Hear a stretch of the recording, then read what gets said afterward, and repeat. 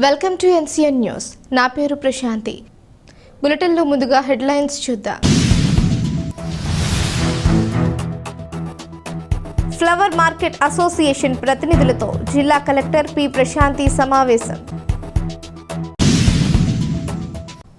పూల వ్యర్థాల నుంచి అదనపు ఆదాయాన్ని పొందడంతో పాటు పర్యావరణ కాలుష్యాన్ని నివారించడం సాధ్యం అవుతుందని జిల్లా కలెక్టర్ పి ప్రశాంతి అన్నారు. జిల్లా కలెక్టర్ ఛాంబర్లో కడియం పూల మార్కెట్ అసోసియేషన్ ప్రజలతో కలెక్టర్ పి ప్రశాంతి సమావేశం నిర్వహించారు. ఈ సందర్భంగా కలెక్టర్ పి ప్రశాంతి మాట్లాడుతూ హోల్సేల్ పూల మార్కెట్ నిర్వాహకులు ప్రతినిత్యం ఇరిగేషన్ కాలువల పూల వ్యర్థాలను వేయడం ద్వారా పరోక్షంగా పర్యావరణ కాలుష్యానికి కారకులవుతున్నారని తెలిపారు. ఆధునిక టెక్నాలజీని ఉపయోగించడం ద్వారా పూల వ్యర్థాల నుంచి అదనపు ఆదాయాన్ని పొందడం సాధ్యమవుతుందన్నారు. అందుకు ఎన్నో సానుకూలాంశాలు అందుబాటులో ఉన్నాయని, వాటిని అధ్యయనం చేసి కొంత పెట్టుబడి పెట్టడం ద్వారా ఆదాయ వనరుగా మార్చుకోవడం సాధ్యమవుతుందన్నారు.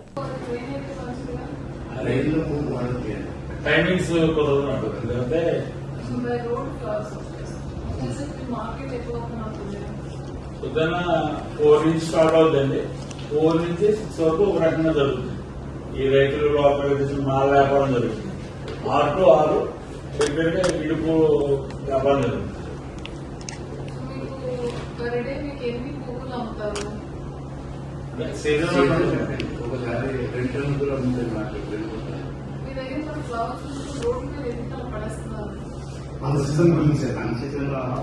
డ్యామేజ్ అయ్యే ఫ్లవర్స్ కొంచెం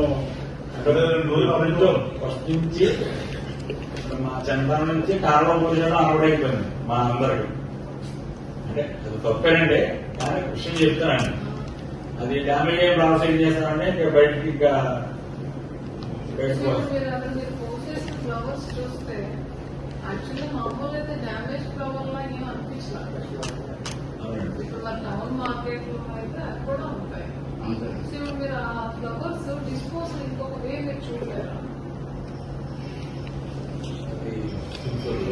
చాలా ఎక్కువ ఉంది. అక్కడేమో కేజీ 50-60 ఉంటుంది మేడం గారు. ఊళ్ళో 300-200 అమ్ముతారు వచ్చేసి అక్కడ తోసేసి వెళ్ళిపోతున్నారు అంతే. అవును మేడం. సో ఆ ఫ్లవర్స్ ఏమి రియల్ గా రోటరీ ఫ్లవర్స్ కాదు, ఏమి కాదు. మేబీ 1 day అయిపోయిన ఫ్లవర్స్ కానీ. సో అది వాటిని డిస్పోజల్ మీరు ఇంకొకలా చూడాలి. మీరు కూడా పంచాయతీ నుంచి ఏ ఎన్ఫోర్స్మెంట్, అదర్వైజ్ డిసీజెస్ వచ్చేస్తాయి.